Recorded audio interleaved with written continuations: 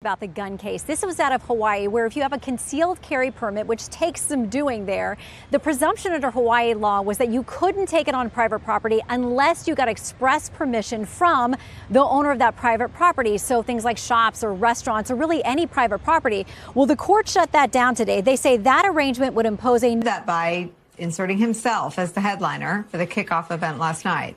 It didn't seem to go very well. The celebrations are off to a very rocky start, with video from the Bulwark showing what appears to be a steady stream of people leaving the event in the middle of Trump's speech. You can hear him talking. Listen. Commander-in-Chief has a theory on why 47 keeps coming after him. I obviously, have a room in his head. Rent-free. You do everything with grace. A suite.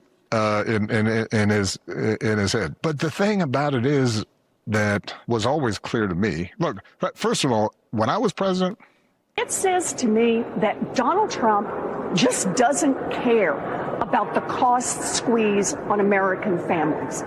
This is the guy who said affordability is a made-up word that Democrats came up with. Affordability is a hoax.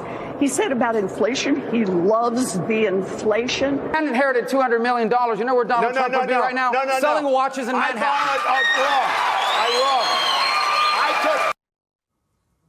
The man Donald Trump used to call Little Marco is now his Secretary of State.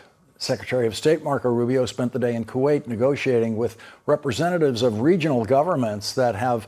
There are some national Democrats a little bit nervous about how their own party might be painted. With us now, CNN Chief Data Analyst Harry Etten. Sir, good to see you. So when we talk about Democratic Socialists, how are they perceived? I will tell you, there is a reason why Republicans nationwide are licking their chops. Decided the president does have the authority to end temporary deportation protections, or TPS. That's a program for millions of foreign nationals living in the United States. The Department of Homeland Security was trying to end the TPS program for more than 6,000 Syrian and some 300 mail-in ballots in states refusing to hand over absentee voter lists to the Trump administration.